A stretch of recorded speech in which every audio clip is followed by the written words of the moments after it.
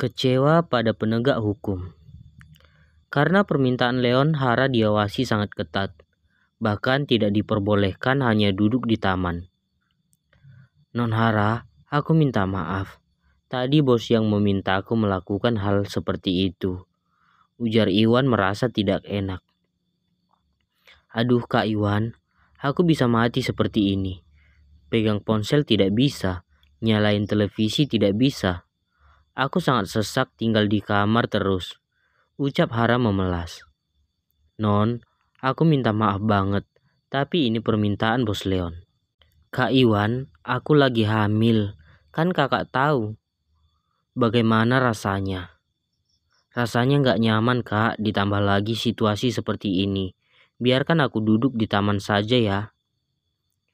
Iwan sampai mengatupkan kedua tangannya mohon maaf. Ia juga tidak tega sebenarnya melihat Hara seperti itu. Tetapi Leon yang memberi mandat seperti itu. Aduh non, aku minta maaf banget. Tidak bisa. Kak, saya ini seperti di penjara. Ada apa dengan Pak Leon? Kenapa tiba-tiba seperti ini? Aku juga tidak tahu non Hara. Aku juga kaget tadi. Hara kembali ke dalam kamar. Ia merasa sangat muak dikurung dalam kamar terus. Ia semakin curiga kalau Leon menyembunyikan sesuatu darinya. Hara keluar lagi dari kamar dengan muka cemberut. Lagi-lagi saat di depan pintu kamarnya, penjaganya menghalangi. Mau perlu apa non? Apa-apaan kalian berjaga di depan pintu kamar? Sejak kapan Leon menempatkan penjaga di depan pintu kamarku? Sejak saat ini non, ujar kedua bawahan Leon dengan wajah memelas. Panggilkan Kak Iwan, ujar Hara mulai emosi jiwa. Maaf non, Bang Iwan mengantar Bu Atin ke dokter. Lalu maksud kalian apa mengunci saya di kamar? Maaf non, bos yang meminta, ujar rekan Iwan dengan raut wajah sangat bersalah. Hara masuk ke dalam kamar lagi. Ini stres yang paling parah yang pernah ia rasakan. Leon ingin menyelamatkan nyawanya dengan calon bayinya, tetapi ia tidak tahu kalau stres berat bisa membuat serangan fatal bagi wanita hamil. Gila kamu Leon, apa maksudmu memperlakukanku sebagai narapidana? Ucap Hara di kamar mandi. Ia merasakan seluruh tubuhnya basah karena keringat. Boleh kamu pinjamkan aku ponselmu sebentar? Tanya Hara pada penjaga. Kedua lelaki yang berpakaian hitam-hitam itu saling melihat. Untuk apa non? Untuk menelepon bosmu.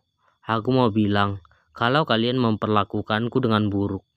Kalian tahu kan kalau aku mengandung anak bosmu. Baiklah, katakan non mau apa. Saya ingin tidur di kamar Bu Atin. Baiklah. Mereka terpaksa mengikuti kemauan Hara. Wanita itu masuk ke kamar Bu Atin.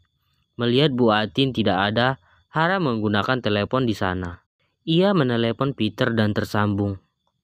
Om bagaimana? Hara, Om minta maaf. Apa bukti kematian keluargaku tidak cukup Om? Hara, aku meminta maaf. Tapi kenapa kamu tidak mengirim ke emailku data yang aku minta? Aku sudah mengirim puluhan pesan ke iPadmu. Aku telepon dari tadi malam selalu dimatikan. Apa? Data Om? Memangnya Leon tidak memberikanmu liontin itu? Hanya dengan itulah kita bisa menghancurkannya Bokoi. Tetapi kenapa kamu tidak mengirimnya? Liontin apa Om? Saat menyelamatkanmu malam itu, aku meminta Jidan menitipkan liontin dan sebuah flash disk untuk diberikan padamu. Aku menunggu itu dari tadi malam. Jidan pasti memberikannya pada Leon kan? Hara tiba-tiba merasa sangat marah mendengar hal itu. Saat Hara mati-matian mencari bukti agar Bokoi bisa masuk penjara, tetapi Leon dengan mudahnya menyembunyikan bukti penting itu. Ia menutup telepon dari Peter. Apa maksudnya menyembunyikan itu? Apa Leon lebih memilih membela lelaki jahat itu sekarang? Hara keluar dari kamar Bu Atin.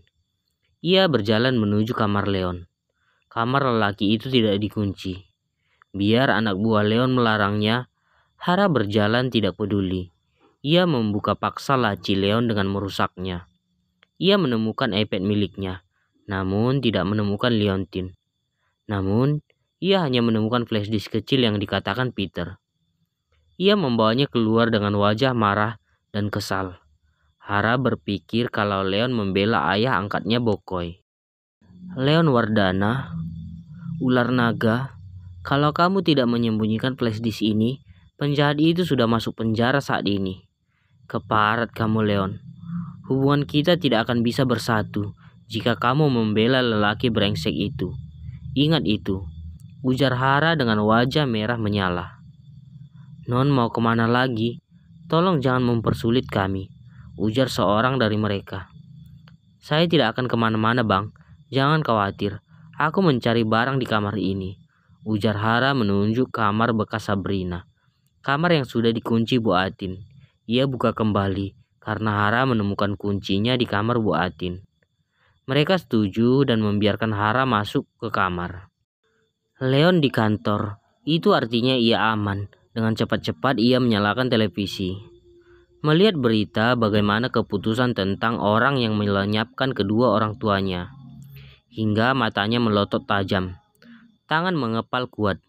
Dadanya naik turun. Ingin rasanya ia berteriak sekencang-kencangnya. Seperti yang dikatakan Leon, Bokoi penjahat kelas kakap yang tak tersentuh dengan hukum apapun, kecuali hukum rimba. Ia bebas, bahkan dinyatakan tidak bersalah.